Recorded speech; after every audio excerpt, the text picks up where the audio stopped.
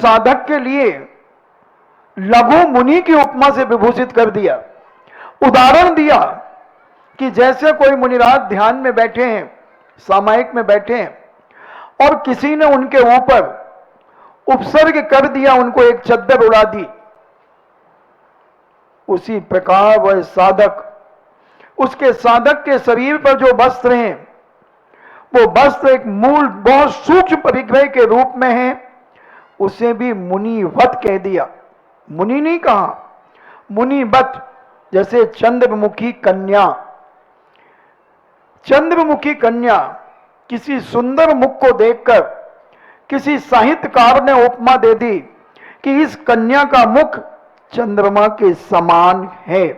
चंद्रमा नहीं है, उसी प्रकार वो मुनि नहीं है, मगर मुनि के समान है सामायिक करने वाला वह साधक, क्योंकि उसने अपनी सब तरफ की सीमाओं को बांध लिया है और अपने परिणामों में राग देश कसायों को छोड़कर समता सर्वभूतेषु, समता परिणाम अपने जीवन में धारण करने का प्रयास कर रहा है, अभ्यास कर रहा है।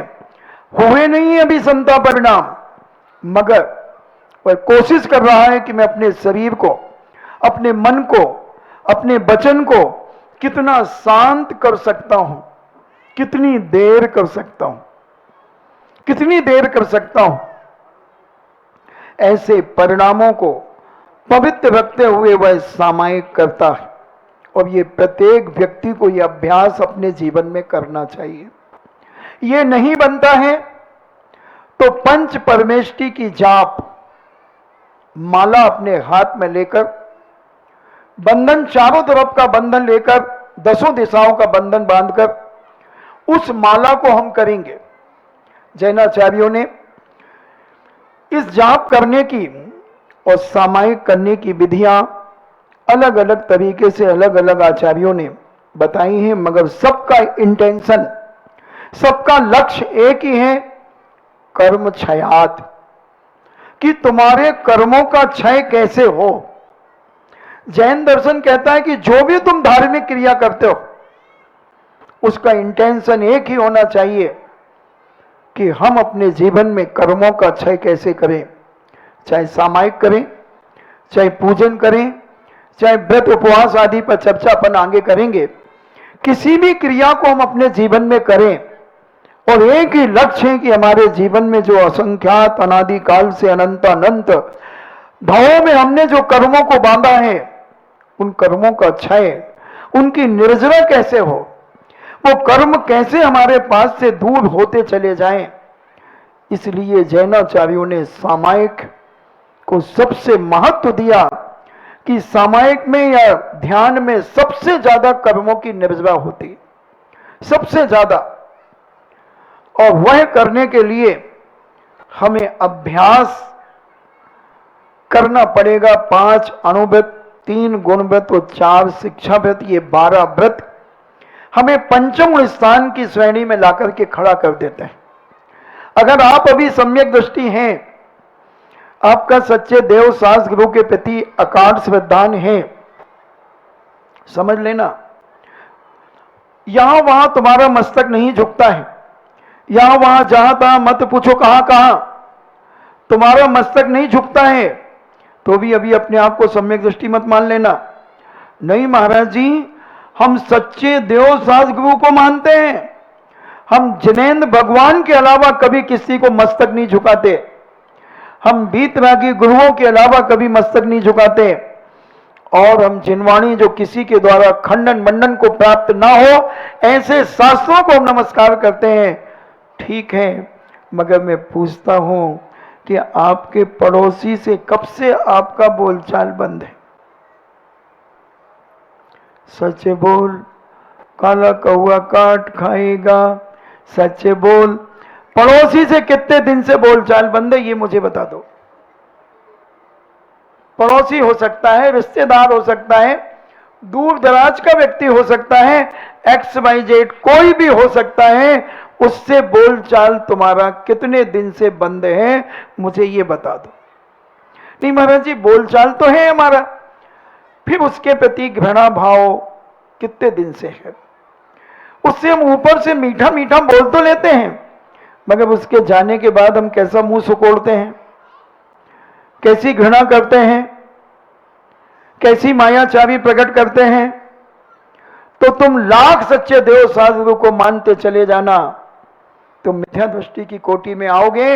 अगर 6 महीने से ज्यादा तुम्हारा किसी से घृणा भाव आ गया है, बोल चाल तुम्हारी बंद है, उसके प्रति क्रोध भाव जाग रहा है, उसको मिटाने का परिणाम जाग रहा है, उसके प्रति अहंकार जाग रहा है, उसके प्रति लोभ जाग रहा है, तृष्णा जाग रही है, तो तुम 24 घंटे जिनालय में बैठना बंधुओं, सारा जीवन के किए हुए कारनामे पाप की नाली से बहते चले जाएंगे। सारे जीवन का किया कराया हुआ सब कुछ बह जाएगा। ये जैन दर्शन है बंधुओं, ये जलता हुआ दीपक है। सावधानी से लेकर के इस दीपक को चलोगे, प्रकाशित होगा, प्रकाश देगा और दूसरों को भी प्रकाशित करेगा और तुम्हें भी रास्ता बताएगा। और थोड़ी सी असावधानी हो गई तो ये जलता हुआ दीपक जला करके तुम्हें राख कर देगा। थोड़ी सी असावधानी हुई थी एक जय कुमार नाम के एक बालक से, एक युवा से। एक लैंप को वह बालक उठा करके रख रहा था ऊपर, स्टूडेंट था कॉलेज का। अब उस समय सागर में लाइट का अभाव ज्यादा होता था, तो कॉलेज के स्टूडेंट भी चिमनी कहो, लैंप कहो, लालटेन कहो, दीपक कहो, उसमें पढ़ते थे। और वह दीपक उठाकर, वो लालटेन उठाकर कहें, लैंप उठाकर के जैसे वह ऊपर रख रहे तो वो थोड़ी सी असावधानी हुई और लैंप गिर गया और जय कुमार का पेट जल गया, जो वर्तमान में परम पूज्य निर्यापक श्रवण श्री सुधा सागर जी महाराज है। स्कूल लाइफ के अंदर लैंप थोड़ा सा बिगड़ गया, संभालने में मुश्किल हो गई, गिर गया। बस ऐसा ही ये धर्म का दीपक है कि थोड़ी सी अगर कसाय कहीं से जाग गई किसी जीव के प्रति बंधुओं, सारा किया कराया गुड़ गोबर हो गया। सावधान, होशियार, खबरदार। अगर अपने जीवन को पवित्र चाहते हो, अपने जीवन का कल्याण चाहते हो और पंचम गुण स्थान बना करके रखना चाहते हो, ग्रस्त जीवन में रह करके भी, व्रती बन करके भी, तो आज यहीं पर तिलांजलि दे देना। अपने मित्र, अपने रिश्तेदार के पास जाकर के आई एम सॉरी प्लीज कर लेना और उसे क्षमा कर देना। क्षमा मांगना मत। मैं सदा कहता हूं, मांगना तो भिखारी का कार्य होता है, करना सीखो, देना सीखो। देने वाले का हाथ ऊंचा होता है और लेने वाले का हाथ नीचे होता है। तुम क्षमा देना सीखो, क्षमा करना सीखो। आज ही संकल्प करो, जिन जिन से मेरा बैर चल रहा है, इसी वक्त तत्काल मैं सगुन करता हूं। मैं एक अंश में भी, एक अंशी के रूप में भी अपने जीवन में किसी के प्रति घृणा भाव नहीं रखूंगा। किसी भी रूप में, किसी भी रूप में, रूप के एक अंश में भी हम अपने जीवन में कोई घृणा भाव नहीं रखेंगे। हम अपनी तपस्या के माध्यम से अपने तप में भी किसी प्रकार का कोई अंश नहीं रखेंगे। हम अपने जीवन को इतना पवित्र और सार्थक बनाएंगे क्योंकि अब हम सामायिक करने का अभ्यास अपने जीवन में तैयार कर रहे हैं। भूमिका बनाना बहुत जरूरी होता है और जब भूमिका बन जाती है तो कार्य बहुत जल्दी सफल हो जाता है। क्यों भेजती है मां अपने बच्चे को घर से पढ़ाकर तैयार करके? क्योंकि स्कूल में जैसे टीचर में ज्यादा मेहनत ना लगे और यहां प्यार में, खेल खेल में बच्चे को बहुत सारी चीजें सिखा देती है। ऐसे ही हमारे जैनाचार्यों ने विचार किया, पूज्य समनभद्र स्वामी ने 2000 साल पहले विचार किया कि हम क्यों ना गृहस्थ में रहकर के इन्हें सामायिक का अभ्यास कराएं। आज बंधु हमारी समाज में सामायिक करने का अभ्यास खत्म सा हो गया, मगर ये सामायिक का काम श्वेतांबर समाज में बहुत तेजी से है। श्वेतांबर समाज के अंदर दो चीजें, वो समाज को स्वाध्याय ज्यादा नहीं कराते, बहुत कम, ना के बराबर उनके यहां लोग स्वाध्याय करते हैं, मगर प्रतिक्रमण और सामायिक ये श्वेतांबर समाज में जबरदस्त होती है बंधुओं। कोई 5 सामायिक करता है, कोई 3 सामायिक करता है, कोई 2 सामायिक करता है, और प्रतिक्रमण करता है। प्रतिक्रमण तो वही करता है जो अतिक्रमण करता है। और आप कितने अतिक्रमण करते हो सुबह से शाम तक, और प्रतिक्रमण कितना करते हो? महाराज हम करते ही नहीं। तो नहीं करते तो अतिक्रमण करने वाले को एक दिन नगर पालिका नोटिस देगी और कुर्की करा लेगी या जेसीबी चलवा देगी। तो कर्म रूपी नगर पालिका तुम्हारे जीवन में एक ऐसी जेसीबी चलाएगी कि अरे पापी, तूने जिंदगी भर पाप किए, अतिक्रमण किया, दूसरों का अपमान किया, दूसरों को नीचे दिखाने का प्रयास किया, दूसरों के प्रति क्रोध किया, दूसरों के प्रति छल कपट मायाचारी की, और तूने अपने जीवन में पूर्व जन्म के पुण्य में बायबा लूट ली। अब ले तू दाने दाने के लिए मोहताज हो जाएगा। ऐसा जीव नरकों में सड़ सड़ करके मरेगा बंधु। कहां गया वह रावण? कहां वह सोने की लंका में रहने वाला रावण? कहां है जिसके मकान में, महल में रत्न जड़े हुए थे, जिसकी जूतियों में हीरे मोती जवाहरात जड़े हुए थे? कहां गया वह बलशाली रावण जिसे कैलाश पर्वत को उठाने की ताकत थी? कैलाश पर्वत की जड़ में घुस करके रावण जिसे उठा रहा था, कहां चला गया? कहां गया वह बल? कहां गया रूप का अहंकार? रावण को अपने रूप का अहंकार इतना था कि मैं दुनिया में इतना सुंदर हूं कि कोई भी नारी मुझे पसंद ना करे, ऐसा हो ही नहीं सकता। रावण ने एक नियम लिया था बंधुओं। रावण मुनिराज के चरणों में जब गया तो पूज्य ने उसे एक नियम देना चाहा कि रावण तुम पर स्त्री सेवन का त्याग करो, कि हम पर स्त्री का सेवन नहीं करेंगे। तो रावण ने क्या नियम लिया? ये नियम नहीं लिया उसने कहा जो नारी मुझे नहीं चाहेगी मैं उसके साथ बलात्कार नहीं करूंगा। उसे ये गर्व था, ये मद था कि मैं इतना सुंदर हूं, मैं इतना बलिष्ठ हूं, मैं इतना ज्ञानवान हूं, मैं इतना वैभववान हूं, मैं रूपवान हूं, मुझे दुनिया की कोई स्त्री ऐसी नहीं जो मुझे पसंद ना कर सके। मगर वो दुर्भागा ये कहां जानता था कि इसी भारत भूमि में रहने वाली ऐसी एक नहीं अनेक नारियां हैं जो पतिव्रता जीवन जीती हैं, कि अपने पति के अलावा दुनिया के सारे पुरुषों को वो अपना पिता, भाई और बेटे के समान देखती हैं। ऐसी आज भी भारत में लाखों स्त्रियां मिल जाएंगी, लाखों माताएं मिल जाएंगी। जनक नंदनी सीता ने तो वो करके ही दिखा दिया। रावण जैसा वैभवशाली, रावण जैसा सुंदर व्यक्ति, रावण जैसा शक्तिशाली को भी जनक नंदनी सीता मां ने धुतकार दिया। खबरदार,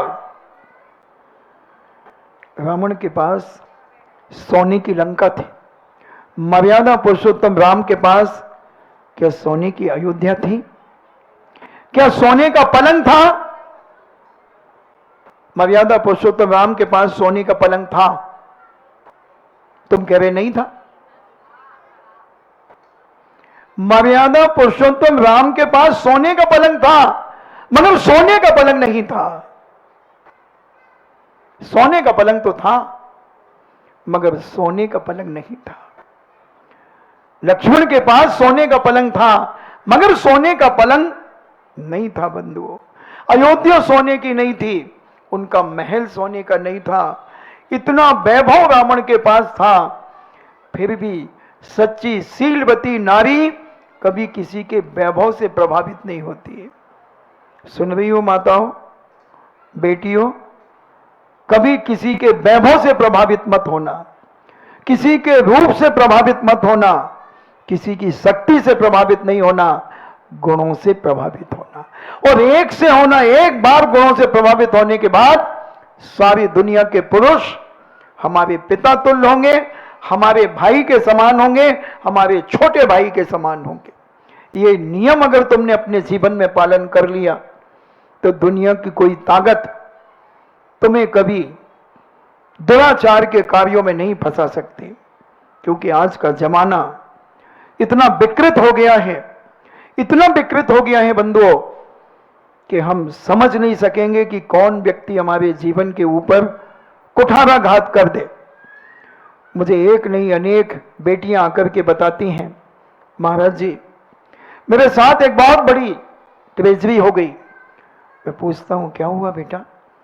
महाराज जी मैं अपने चाचा की बेटी की शादी में गई थी, मेरे बुए के बेटे ने मुझे कोल्ड ड्रिंक्स में नशे की दवाई मिलाकर और पिला दी।